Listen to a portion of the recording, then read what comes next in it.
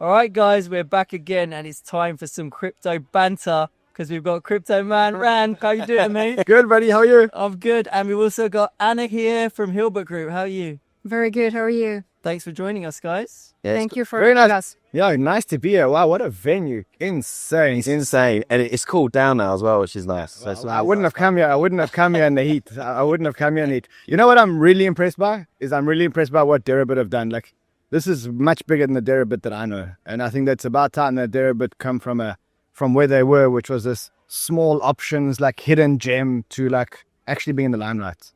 Landed. They've landed. yeah, it's I think a it's a phenomenal event. I think it's about time, because I think that options in crypto specifically, options in any market, as you know, are probably the most important. Like, They certainly are in TradFi. yeah. In TradFi. In crypto, people replace them with leverage trading. They're like, okay, well, we can just do leverage trading. I think that it's good that the options player, the premium options player, is actually coming out now and actually making a stand, because I think it just shows where the industry is. It's matured enough that the options player can actually come out. So I think kudos to Derbit. Yeah. And I'm not just saying that because they sponsored this. Liquidity is growing all the time. The notionals that are going through now on a weekly basis are massive.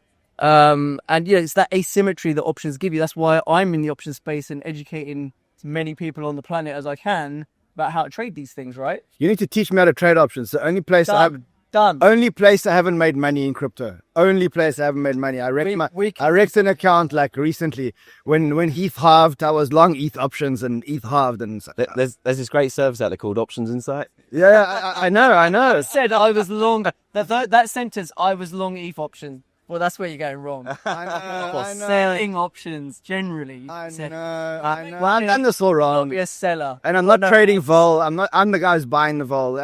We need to talk. So Anna, tell us. I can help.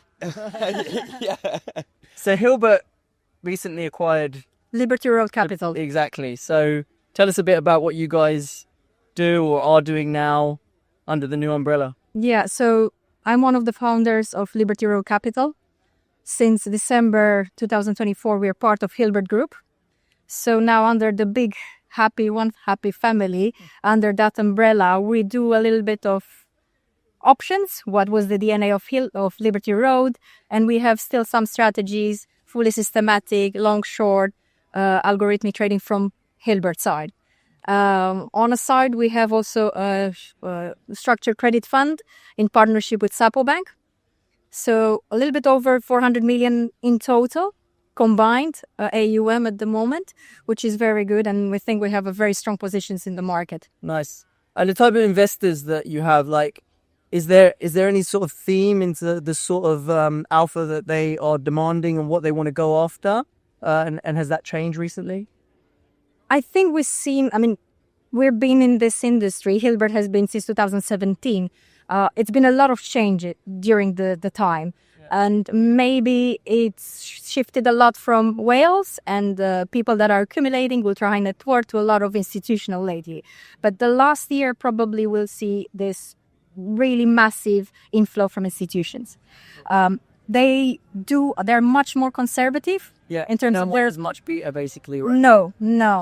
And they, as you know, once institutions come into this market, they're much more regulated, much more concerned. And it's not necessarily about the why, but the how. That's why they killed the basis trade, so it's not squeezed with the margin out of it now. Huh? For this month, December and January was very good. Yeah, it does wing around. It does wing around. Exactly.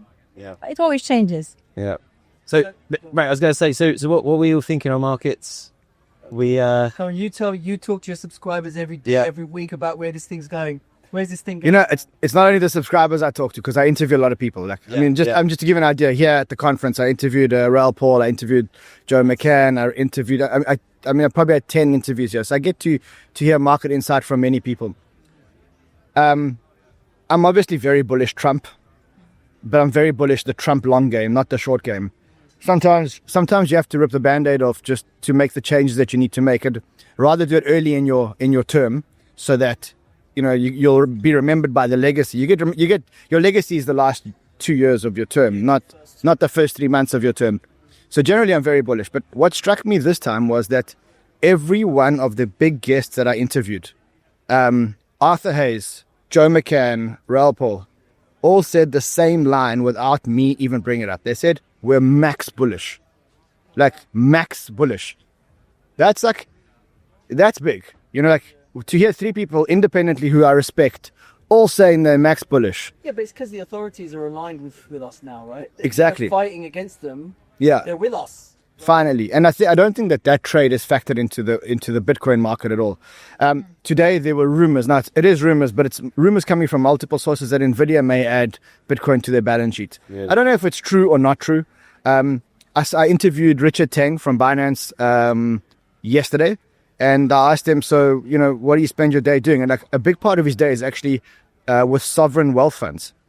So like, you know, like you can say that at 96,000, that's all factored in, but it doesn't really make sense that it is. And so to me, look, I'm not trading short-term volatility and I'm not trading like short-term. I buy things and I hold things.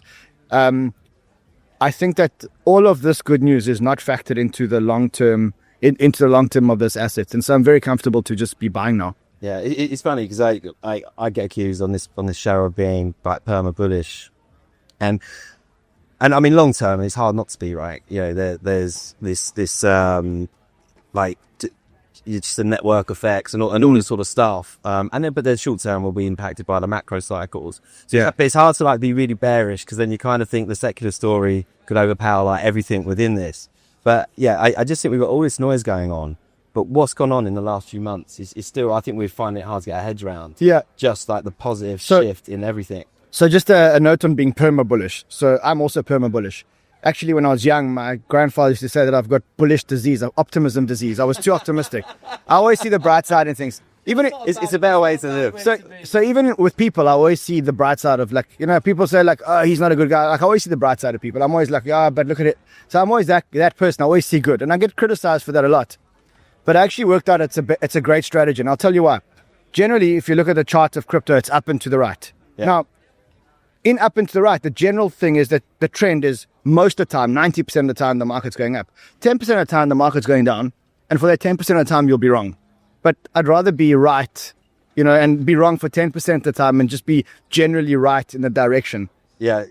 But when in that 10%, are you buying those dicks though? So I have a very, very, very, look, I don't know how much you know about my trading history, but I made a hell of a lot of money in 2021, and I wrecked myself on Luna. I lost over $130 million in 4 days. Personal money, just smashed on Luna. Smashed, gone, destroyed. Over 50% of my crypto portfolio was Luna. And that was the second time I built it, because 2017 was my first cycle as a trader. In our first cycle as a trader, you make money and you lose money, right? Everyone does that because you just don't know that things top. It's the rite of passage, mate. 2021, I made a different mistake, which is not diversifying or not diversifying enough and drinking the Kool-Aid on one token and one ecosystem, and then that destroyed me. And so I've been quite regimented in my rules, and I only trade actually on one indicator, and that's fear and greed. I always sell into extreme greed, and I always buy only in extreme fear. And so recently, at about when Bitcoin was at, but the extreme fear wasn't actually, it was at 80. So at 80, the indicator was on extreme fear. And that was the only time that I could deploy capital. Literally, my traders won't let me deploy capital. Now let me shift from sell Solana, buy ETH, sell ETH, buy Solana. But deploying fresh capital, literally, my traders have a rule. If the fear and greed is not an extreme fear, we are not allowed to deploy capital. That's the only indicator I trade on. And obviously, like with Libertyroad, I mean, when did you found that? When was that? 2019. 2019. Yeah, so we're probably one of the first clients of Derbit. Really? Okay, how interesting. I don't know what Libertyroad does, so maybe you can tell me, and I'm sure there's a lot of other people exactly what Libertyroad does. Libertyroad doesn't exist anymore now. Okay. It's Hilbert. So Hilbert Capital. But we are mostly doing options trading, the yield generating strategies. Oh, nice. Yeah. And so then some of your clients, are they like big treasuries with big stacks? Yes. They're holding. It's exactly They want yield on top of that, yeah? exactly that type of plan. But back in like 2019, right, it's probably a very different conversation to potential investors than what you're having today, right? Completely. But today, obviously, that helps me a lot because we've been to the whole full cycle. Actually, it's almost the second cycle, how people said it, like a mini bearish market in February. So just because we're still there and our returns still confirm it, it gives a lot of credibility. Completely different type of investor type, to go to your point, in 2019 to what we see now in 2025. I've got a question for both of you, right? So everyone's bullish so far. You just said how bullish you are. But Otherwise, wouldn't be here. But is there like a line in sand, like, that we have to drop below, where you have to, like, say that this bull run is over and we've got to wait for the mix off? So What is your line in sand? So actually in January, when I got back from vacation, I very publicly said this. I said, there's a 50% chance this cycle's over when Trump was inaugurated. And I mean, obviously being in the public limelight, you get a lot of hate for things like that. Right now, as it stands, I'm still right. It was right that the cycle may be over. What would invalidate my thesis? So we've just had a death cross on the NASDAQ, and we've had a death cross in Bitcoin, right? If you look at when the moving average is the 50 and the 200 cross each other on the way down, that's a death. gone below the 200. The 50 has gone below the 200 on the way down. Which, by the way, in my career, I've always faded. Yeah. So you always fade it. And you can fade it. The data is the data. And the data, you're right. But the one thing that you can't fade is that after the death cross, there's always a bounce. So if you go back and you look at the chart, every single time after death cross, there's a bounce after death cross. Now, those bounces usually end up in a higher low. A lower high. In a lower high. Yeah. And then the downtrend continues and usually sweeps the lows. So if we don't get a higher high in this move, specifically on Bitcoin, my thesis remains that this is just a death cross bounce and that we could sweep the lows again. So how am I positioning myself? I've got capital, which I'm only going to deploy if we sweep the lows again. Otherwise, I'm pretty much deployed. And if we do manage to get that higher high, great. Otherwise, I do believe it. Yeah, you should. I think that there's a, you can't argue data. And my researchers went back, and I also got the idea, the trading idea I got from Ben Cowan, who's a very good friend of mine, or he's a regular on my show, and we speak very often. And he came on my show and he said, look, this is the thesis. He broke it down for me. He showed me the last 10 times that there's been death crosses on the S&P, on Bitcoin, and every single time we've had a bounce. But you've told me what invalidates the view that, that the top is in. Or like, so what level do we need to break below to kind of confirm the view that, okay, the top is it? Well, right now, unless we break the top again, my thesis is that actually the top might be in. Yeah, but now hold on. Does that mean that the top's in for the next 4 years? No. I think the 4-year cycle fallacy is finished.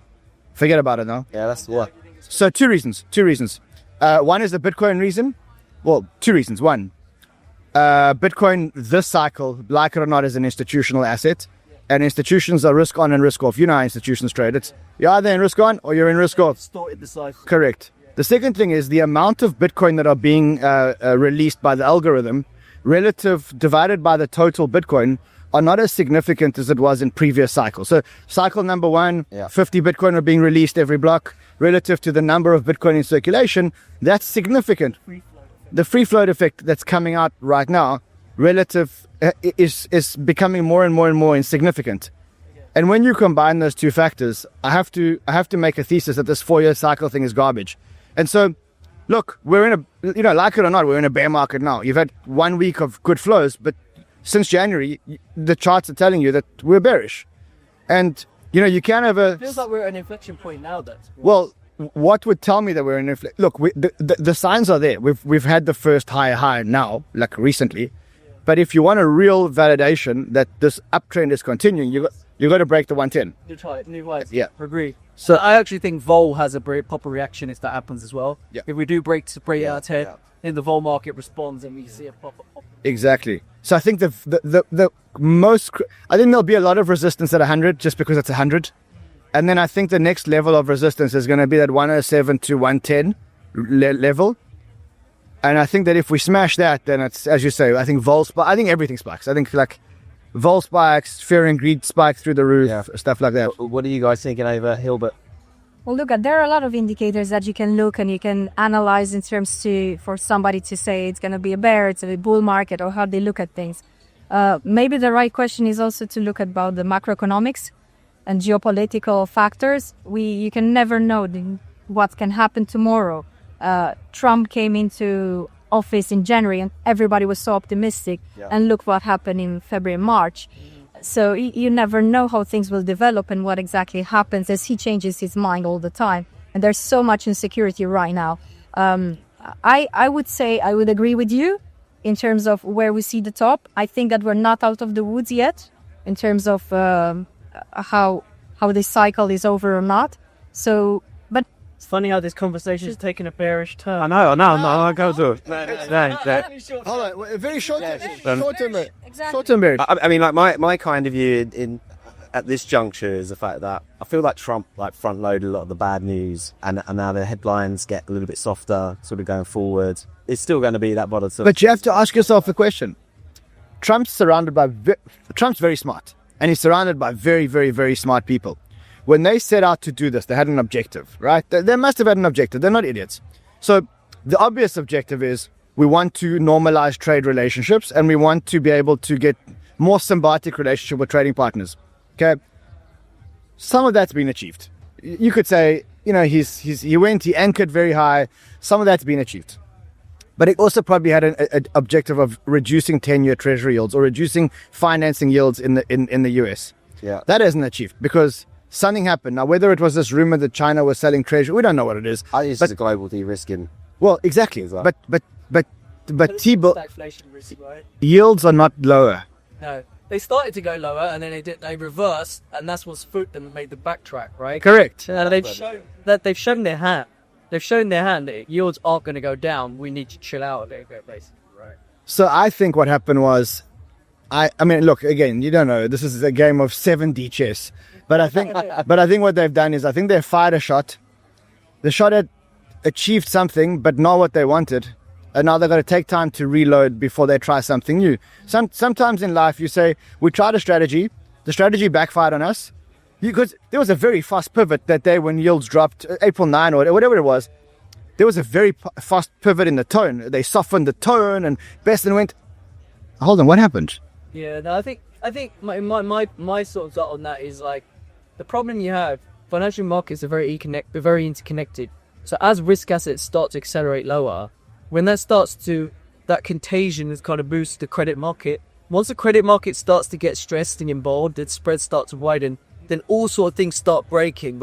And then the basis trade, which is a monster trade in treasuries, that basis trade starts to widen out. When all this stuff starts happening, hedge funds get close to go bust, and then you start making phone calls, and it's like, lads, you're about to take down the whole system. The basis trade is the one trade that if it blows out, wrecks everyone. And that was starting there were rumors that the moves in treasury, and we saw this in COVID as well, when the US treasuries were getting smashed at the same time stock, that basis trade risk was rising, and it was like good old Citadel and friends were getting on the phone saying, do you really want to do this? So that's why I say Powell pivoted, backstopped the entire credit market. This time it wasn't Powell, it was Trump and Besant on tariffs. So it does feel like we've reached that put strike in the bond market, and that is why we're now bouncing and the market's kind of chilling a bit. But we achieved nothing. We did it and we didn't achieve. We achieved a couple of trade deals, possibly. Although I'd say don't underestimate the impact of the dollar weakness in terms of how reflexively that stimulates risk and also like growth, like globally. It's kind of the opposite of the dollar wrecking, right? But it's banter. We need to carry on with the music started. But yeah, I think we're out of time. So let's save the rest of this conversation for another day. We'd love you both to come in the studio in London if you're ever in London. Anytime. For the invite. Yeah, I'm actually coming to London in August, so let's do it in the... Oh yeah, come in the studio. So yeah, I'm coming to London. Anna, you've got no excuse. Amazing, so there we go. I'm waiting for my invite. You go on, he just invited you. You invited. All right, The date. Guys, thanks a lot, yeah? thank you very much. Yeah, thanks very much. Thank you.